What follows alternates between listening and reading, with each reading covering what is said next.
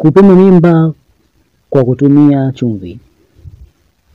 Kupima mimba kwa kutumia chumvi ni njia ya nyumbani ambayo inategemea mchanganyiko wa mkojo wa mwanamke na chumvi. Na zipo hatua mbalimbali za kufuata ili kuweza kukamilisha mchakato huo wa upimaji mimba kwa kutumia chumvi. Karibu katika program hii ya kiafya ifahamikayo kama Healthy Program, na kama ni mgeni wa program hii basi bofya subscribe ili uwe member halali wa program hii ya kiafya, uendelee kupata tips mbalimbali kuhusiana na afya kwa ujumla. Sasa hatua zenyewe ni zipi? Hatua ya kwanza ni kukusanya mkojo.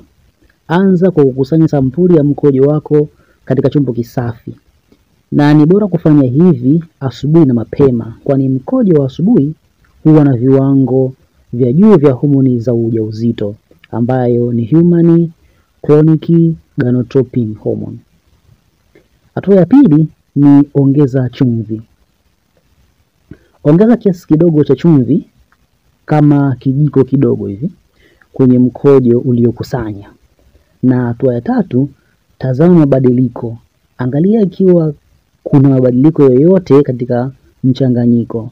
Na watu wanapendekeza njia hii wanasema kwamba ikiwa mchanganyiko una povu au umebadilika rangi, inaweza kuwa ni ishara ya ujauzito. Sasa, uhakika wa njia hii ni upoje? Ni muhimu kutambua kwamba matumizi ya njia hii kwanza hayajathibitishwa kisayansi na matokeo yake yanaweza kuwa yasiyo sahihi. Lakini pia hakuna ushahidi wa kisayansi unaounga mkono ufanisi wa njia hii.